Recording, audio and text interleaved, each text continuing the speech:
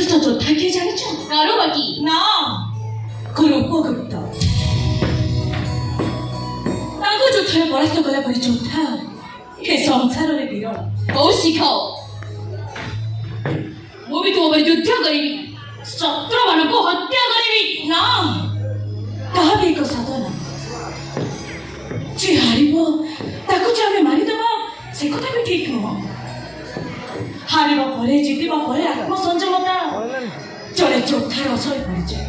ବୁଝିଲି ଆଉ ଜାଣିଲି। ଜଙ୍ଗଲର ହିଂସ୍ରଜନ୍ତୁ ବାଘ ବାଘୁଣୀ, ପାଣି ଭିତରେ ଥିବା କୁମ୍ଭୀର ମାନେ ସୁନା ପିଲା ପରି ତମ ମନ କାହିଁକି ମାନନ୍ତି? ଏସବୁ ମୁଁ ତମଠୁ ଶିଖିବି। ଏଇଟା ତମେ ନୁହଁ, ତମ ଶିବିରର ସମସ୍ତଙ୍କୁ ମୁଁ ଏସବୁ ଯୁଦ୍ଧ ବିଦ୍ୟା ଶିଖେଇଦେବି। ଚନ୍ଦୁତ ଘୋଡ଼ା ଘୋଡ଼ା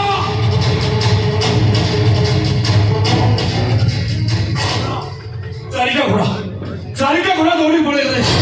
ଚାରିଟା ଘୋଡ଼ା ଉପରେ ଚାରିଟା ଖଣ୍ଡା ଧରି ବସିଥିଲେ। ମୁଁ ସେମାନଙ୍କୁ ଦେଖି ଭୟରେ ଗଛ ଗଛ ଉଠି ପଡ଼ିଥିଲି। ଏଠି ଘୋଡ଼ା ଘୋଡ଼ା ଘୋଡ଼ା କୋଉଠୁ ଆସିଲା? କୋଳେ କୋଳେ ଘୋଡ଼ା। ସତରେ ତ ଭଉଣୀ, ସେ କେତେବେଳେ କଣ କହୁଛନ୍ତି ଜଣା ନାହିଁ।